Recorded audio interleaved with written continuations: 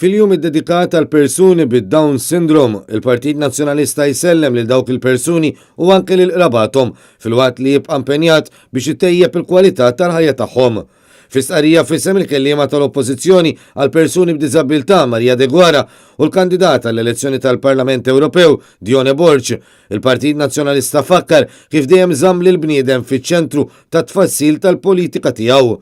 It-twemmin politiku li ħaddan jenfasizza li kull persuna għandha tingħata kull għajnuna u kull opportunità biex tkun tista' tilħaq il-milja tagħha tul ħajjitha.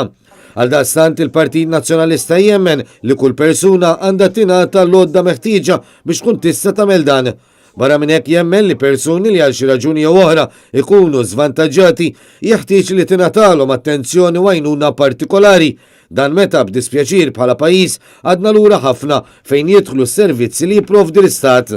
Il-Partit Nazzjonalista fil-Gvern mhux biss wieħed kull għajnuna meħtieġa u xierqa, iżda jibqa' impenjat li jipprovdi s-servizzi personalizzati imfassla fuq il-bżonnijiet tal-individwu nnifsu temmet tgħid l-isqarrija. Sadan it-tant għal din l-okkażjoni l-Speaker tal-Kamra tad-Deputati Anġlu Farrugia u l-Whips taż-żewġ naħat tal-Kamra Robert Kutajjar u Byron Camilleri flimkien ma' Godfrey Farrugia laqgħu fil-Parlament lill-Assoċjazzjoni Maltija tad-Down Syndrome.